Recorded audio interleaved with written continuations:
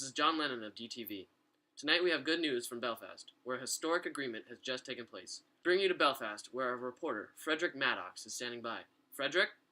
Hello, this is Frederick Maddox reporting live from Belfast, Northern Ireland, outside the Starmont Parliament buildings.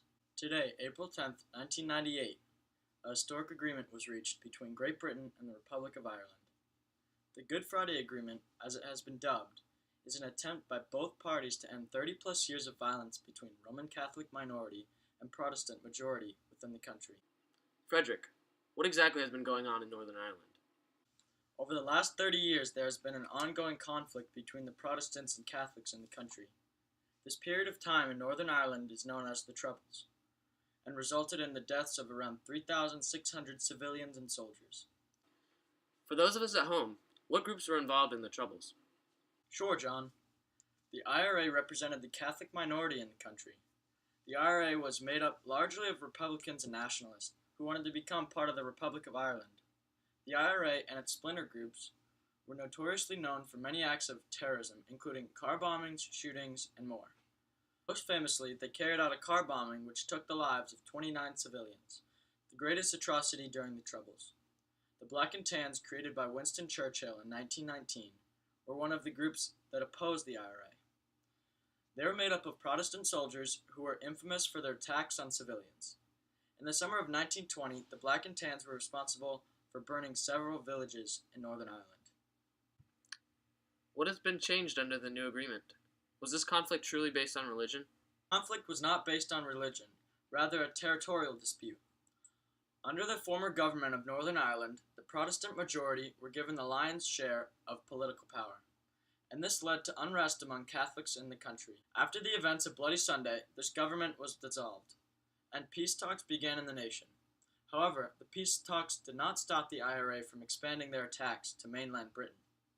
The situation continued to intensify, with the Queen's cousin, Lord Mountbatten, killed by a planted car bomb by the IRA in 1979. In 1984, there was an attempt to murder Prime Minister Margaret Thatcher. The violence continued in 1985, when the IRA killed 11 civilians in Enniskillen. Today, April 10th, a solution has finally been reached to solve this problem. The British and Irish government agreed on a three-pronged plan to reunify the island of Ireland and ease tensions in Northern Ireland. The first strand of this plan established the Northern Ireland Assembly, a new government in which both parties would share economic power.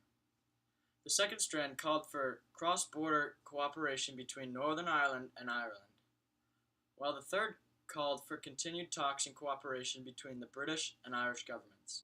Thanks, Frederick. We had the chance to interview William McCoy, a Protestant pastor who lived in Belfast during the Troubles. We will now cut to that interview. William McCoy, could you please give us some information about yourself? Hi, my name is William McCoy and I'm from Belfast, Northern Ireland, and we're going to be talking about the time of the Troubles there. What was the atmosphere like in Belfast during the Troubles? The atmosphere was very fearful because people would go into the city of Belfast and they had no guarantee they were going to come home again because of bombs and shootings and killings and all kinds of atrocities. And there was a lot of fear and a lot of distrust. You were looking over your shoulder all the time wondering if someone was going to shoot you or do something terrible to you at that time. The thing that was sort of amazing was that the Catholic Church and the Protestant Church, as it was called, both claimed to be Christian churches. And as most people know, the Christian message isn't about killing each other, it's about loving each other.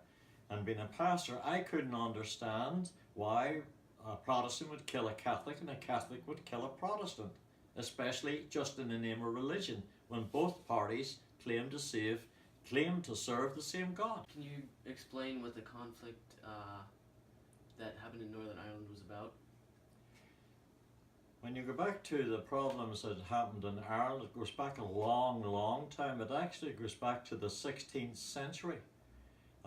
When King William of Orange defeated King James, who was in Ireland at that time, and through that war it just continued on and on and on, generation after generation. In a Protestant home, and my mother would have said many times, never trust a Catholic, and then some of my Catholic friends would be told by their parents, never trust a Protestant.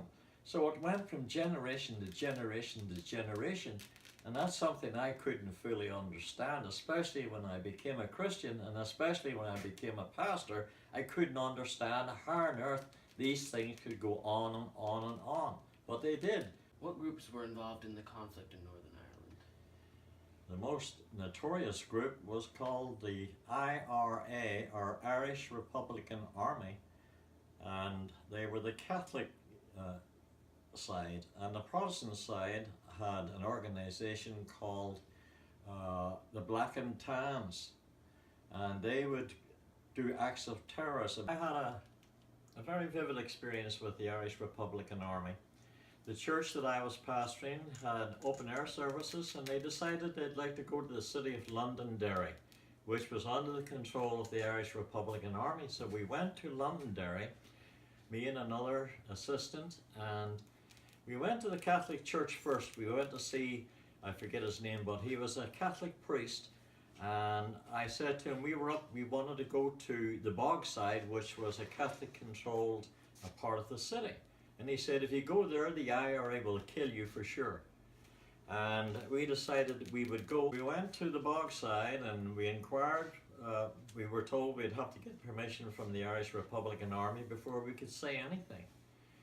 And we found the headquarters of the Irish Republican Army, and we went along, and we went into a room, and there was about 6 men there, and they were all heavily armed with machine guns and God knows what else.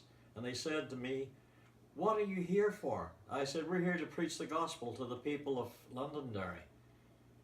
And he says, well, if you haven't got something good to say to me right now, and he took out a .45 revolver, he says, I'm going to put a shot right through your head right now, you're going to die. And I said to him, sir, the message I have for the people of Londonderry is the same message for you. He says, what is it? And he used curse words. And I said, my message to you and to the city of Londonderry is that God loves you. Yes, dear, it's okay. Take a deep breath. I says, now pull the trigger. And he says, you're a brave man. I says, no, I'm not. I says, but I will die for Jesus Christ.